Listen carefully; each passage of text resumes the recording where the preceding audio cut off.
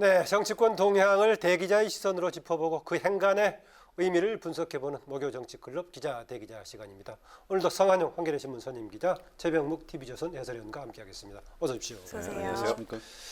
네, 본격적인 주제로 들어가기 전에 오늘 있었던 인사 관련 발표 얘기 좀 짚어보겠습니다. 문재인 대통령이 여야가 각각 추천했던 김현, 김효재 전 의원을 방송통신위원회 상임위원으로 이제 임명하겠다라고 발표했습니다. 그동안에 언론 시민단체 쪽에서는 되게 상당히 비판적으로 반대를 했던 걸로 많이 보도가 됐었는데 어떻습니까?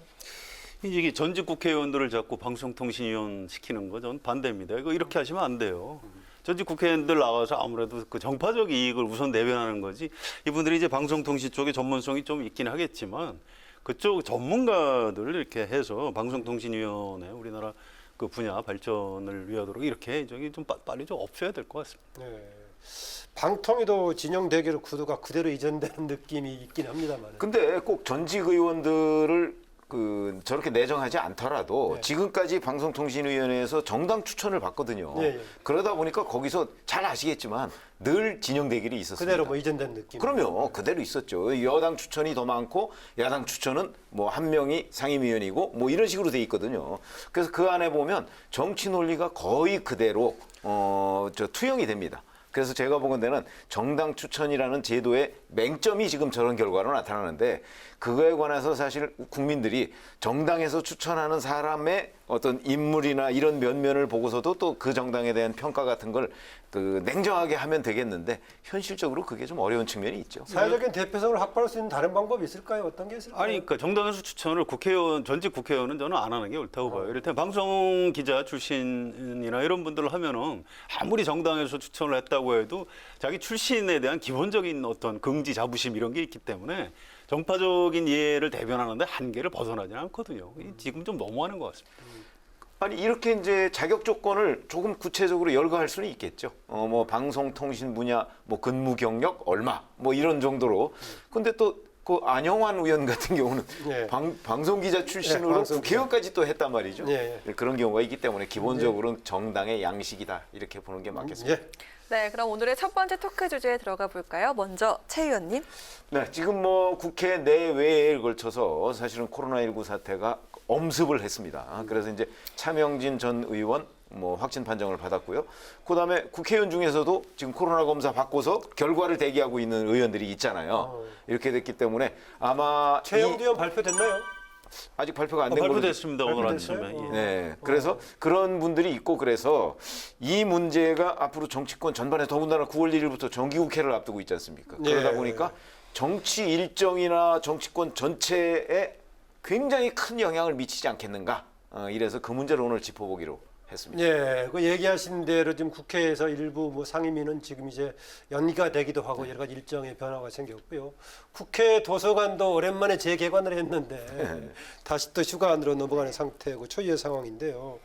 조금 전에 얘기하셨지만 전반적인 지금 정치권에 미치는 파장 어떻습니까? 그러니까 이제 예정된 정치 일정에 대해서 이걸 연기해야 되느냐 말아야 되느냐 하는 문제로 지금 깊은 고민에 빠져 있거든요. 네. 예를 들어서 자 정기국회를 하는데 그럼 본회의는 어떻게 하느냐? 본회의에 300명이 모이는 자리 아닙니까? 거기에 이제 마스크를 쓴다고 할지라도 지금 만약에 3단계 넘어가면 어떻게 되는가요? 3단계 넘어가면 10명 이상 모임 자체가 금지돼 있거든요. 그럼 국회도 해당되나요? 그렇게 되면 국회도 서울에 있으니까 원래 해당이 돼야 되는 게 맞는 거죠. 아무리 방역 수칙을 잘 지킨다 할지라도. 그러면 이제 그러나 이게 그 10명 이상 집회 금지라는 게 뭐 절대적인 기준은 아닙니다. 예, 그렇죠. 이제 뭐 국정 수행이라든가 뭐 이런저런 걸로 이제 예외 조항은 있지만 어찌됐든 간에 국회가 앞서서 본회의를 개최하고 또 국정감사하면 전국 뭐 심지어는 외국까지 나가잖아요. 이런 것들은 아마 어려워지지 않을까 지금 이런 예상이 나오고 있습니다. 지금 정기국회를 앞두고 지금 그렇게 돼 있군요. 지금. 예, 아까 최영도 의원 말씀하셨는데 월요일 아침에 CBS 방송 출연을 했었던 모양이에요. 네, 근데 김용민 의원하고 그래서 그날 낮에 점심 때 저하고 이제 한겨레 신문 기자들 몇 사람이 이렇게 들어오다가 최영도 의원을 의원회관 앞에서 만나서 악수를 했어요. 네. 근데 이제 며칠 있다가 이분이 저 검사를 받았고 결과가 아직 안 나왔다 해서 저를 포함해서 한겨레 기자 4명이 자가격리 아. 했다가 오늘 아침에 아, 그랬어요? 예, 최영도 의원이 음성으로 나와가지고 다행히 네. 성환 이거- 의원도 지금 오늘 아침 해제가 된 겁니까? 예, 제 오늘 이 방송 못 나올 뻔했습니다. 그러네요. 그래서 이게 누구나 다 문제가 될 수 있다. 아주 그 절감을 했고요. 최영도 의원이 검사 대기하는 동안 확진 판정 받았다는 엄청난 가짜 뉴스가 돌았다고 합니다. 너무 스트레스를 받아가지고 오늘 이제 그 글을 띄웠어요. 그래서 역시 코로나를 정치적으로 이용하는 사람들은 어느 쪽인데 참 나쁜 사람들이다. 저는 이런 측면을 좀 지적하고 싶습니다. 네. 네, 29일로 예정된 민주당 전당대회 빨간불이 켜졌는데요. 먼저 그렇습니다. 당권 주자인 이낙연 후보가 음성 판정을 받긴 했지만 2주간 자가격리 들어갔습니다. 밀접 접촉자로 분류가 됐기 때문이고요. 또 다른 당권 주자인 김부겸 후보가 선거 일정 중지를 요청을 했는데요. 사실상 전대 날짜를 좀 미뤄달라는 요구입니다. 네. 당의 입장은 예정대로 진행한다는 분위기입니까? 어떻습니까? 내일 아침에 회의를 해서 결정하겠다고 합니다. 지금 굉장히 고민이 많은 모양이에요. 세 사람 대표 후보, 또 네. 뭐 최고위원 후보들도 여러 사람이 있는데 며칠을 미뤄서 그럼 이낙연 후보가 나온 상태에서 하는 게 옳으냐? 만에 하나 그 중간에 혹시 다른 사람이 또 자가격리에 들어가게 되면 어떡하느냐? 이제 이런 문제가 있다고 합니다. 그래서 좀 봐야 되는데 웬만하면 민주당에서는 29일 날 그냥 온라인으로 후보 없는 상태에서라도 전당대회를 강행하는 게 옳지 않느냐. 왜냐하면 또 앞으로 이 코로나가 뭐 더 좀 상태가 좋아질 가능성이 별로 없기 때문에 좀 웬만하면 저는 이제 치르려고 좀 노력을 하고 있는 것 같습니다. 근데 그래도 이제 이낙연 의원 같은 경우가 유력한 당선권에 있잖아요. 네. 근데 만약에 그날 이제 뭐 누가 당선될지는 현재 뭐 그 섣불리 단정할 수는 없지만 이낙연 의원이 당선됐다고 했을 때 그러면 본인은 전당대회에 참석조차 못하고 있는 상황이잖아요. 그러면 이게 이 전당대회 모양이 좀 일그러진 모습으로 국민들한테 비치지 않을까. 저는 그런 고민을 당이 좀 해야 된다고 해서 저는 개인적으로 이낙연 의원이 뭐 자가격리에서 해제되는 그 시점으로 좀 연기해야 하는 것 아니냐. 뭐 만약에 그동안에 또 진짜 만약에 다른 사람이 만약에 자가격리 상태에 있으면 아니 뭐 한 번 더 또 연기하면 되는 거죠. 뭐 저는 그렇게 해야 되는 게 맞는 것 아닌가 이런 생각이 드네요. 네. 일단 직접적으로 이제 당의 전당대 29일로 돼 있는 일정에 지금 영향을 미칠 소지가 커 보이기 때문에 아까 얘기하신 대로 이제 내일 결정을 좀 봐야겠군요. 또 다른 후보들한테도 앞으로 어떻게 생긴지 모르니까 역변 상황 좀 봐야겠고요.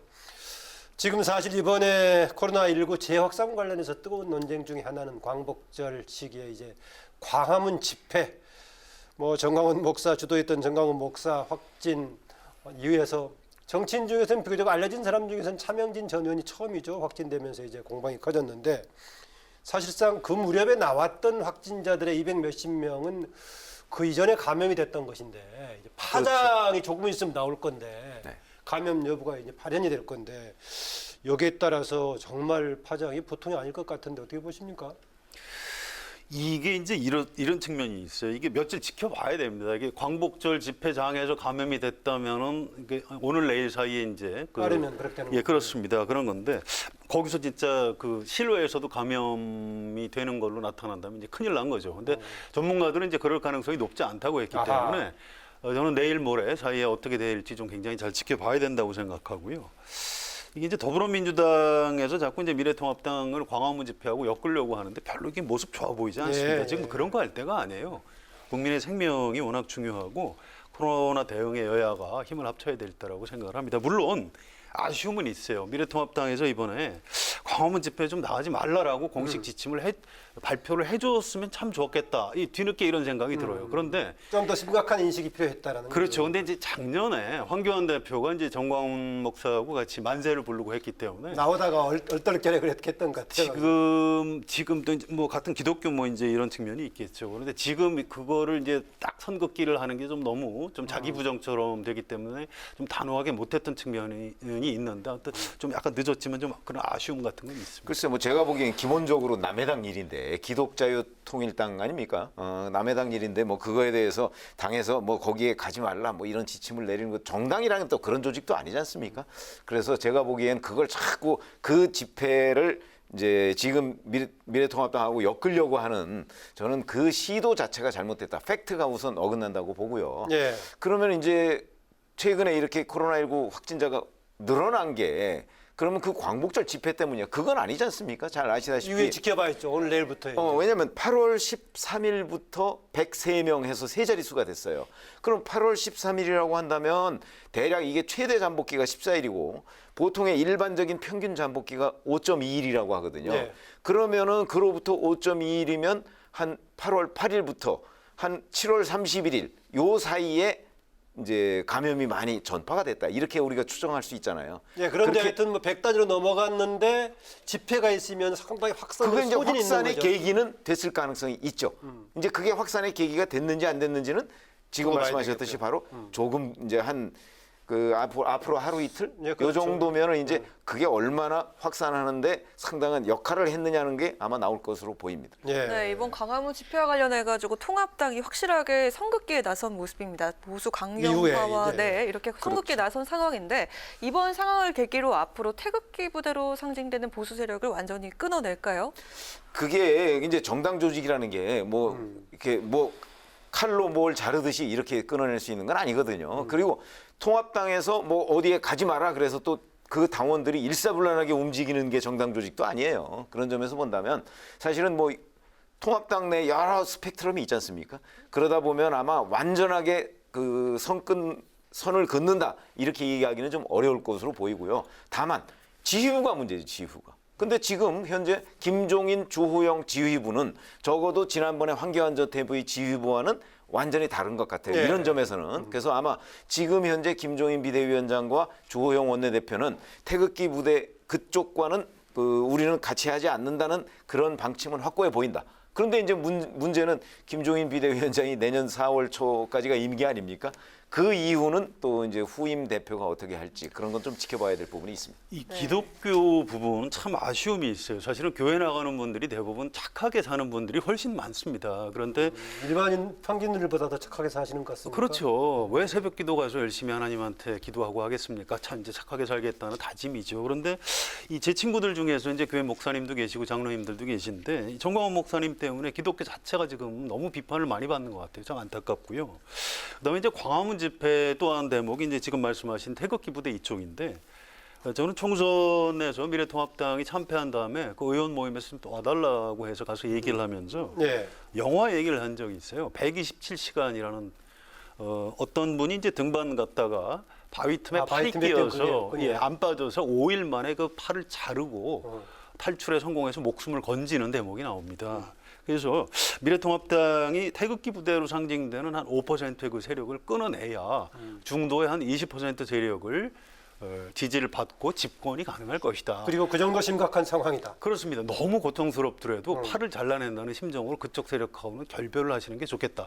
이런 얘기를 하고 제가 온 적이 있어요. 지금 네. 미래통합당에서 이번 광화문 집회 태극기 부대하고 지금 선거에 나섰는데 이 기회에 아예 결별을 하는 것이 옳다고 저는 생각을 합니다. 네, 어쨌든 간에 지금 코로나19 재확산 상당히 심각한데요. 일단 국회 여러 가지 일정 지금 차질이 생기고 여러 가지 변화, 민주당의 전당대회 얘기를 했습니다만은요. 기업들에서는 여러 가지 지금 운영 방식의 변화들이 많이 있습니다. 국회도 어떻습니까? 예, 비대면 방식의 변화라든가 운영 방식의 변화가 불가피하다고 보십니까? 지금 막 고민 중입니다. 저도 그렇지 않아도 이제 실무자들한테 이거 아직 공식 발표한 건 아닌데요. 예. 국회의원만 300명인데 이렇게 실내에서 50명이야 집회 어떻게 하느냐. 표결을 해야 되는데 지금 검토 중인 안은 좀 표결을 할 경우에 한 30명씩 들어와서 순차 투표를 하는 방안. 뭐 또 상임위원회나 의원총회는 화상회의를 할 수 있도록 지금 네. 시스템을 만드는 방안 이런 것들을 지금 국회 사무처에서 그렇게 할 때는 서로 목청 높여 싸울 때는 어떻게 하죠? 잘 됐죠. 이 기회에 좀 덜 싸우셔야 될 필요도 있겠습니다. 예. 직접 비말을 튕겨가면서 싸울 일은 없겠죠. 예. 그래서 오히려 아마 그게 선진화된 국회를 만드는 한 그 방편이 되지도 않을까 이런 생각이 드는데 어쨌든 비대면의 일상화 이게 이제 코로나19 사태가 몰고 온 우리 생활상의 변화 아닙니까? 그거를 국회도 빨리 선도적으로 저는 받아들이는 수밖에 없을 것이다 이렇게 생각을 합니다. 네, 얘기하신 대로 이번에 2차 대유행이 현실화되면서 이제 다시 한번 정말 코로나19 문제를 심각하게 좀 느끼고 있는데요. 또 수도 방역을 진두지휘하는 서울시청에 또 확진자가 나와서 처음으로 시청 본관이 전면 폐쇄했다고 하기도 하는데 국회도 이제 정말 긴장감을 놓칠 수 없는 그런 상황입니다. 이런 상황에서 여야가 오히려 이런 국면에서 뭔가 기존하고는 다른 방식으로 서로 뭔가 조금 소통도 하고 의견을 수렴해가는 이제 그런 좀 이제 국면을 만들었으면 하는 주문도 하고 싶습니다. 이번에 성 기자께서 이번에 어떤 주제 선택해 오셨습니까? 네, 김종인 위원장 얘기를 좀 했으면 좋겠습니다. 지난주에도 하긴 했는데요. 이분이 그 광주 5.18 묘지에서 무릎을 꿇고 사과했고요. 보수정당 대표로 이제 처음 있는 일입니다. 이 김종인 리더십이 뭔지 오늘 좀 얘기를 했으면 좋겠습니다. 예, 김종인 리더십.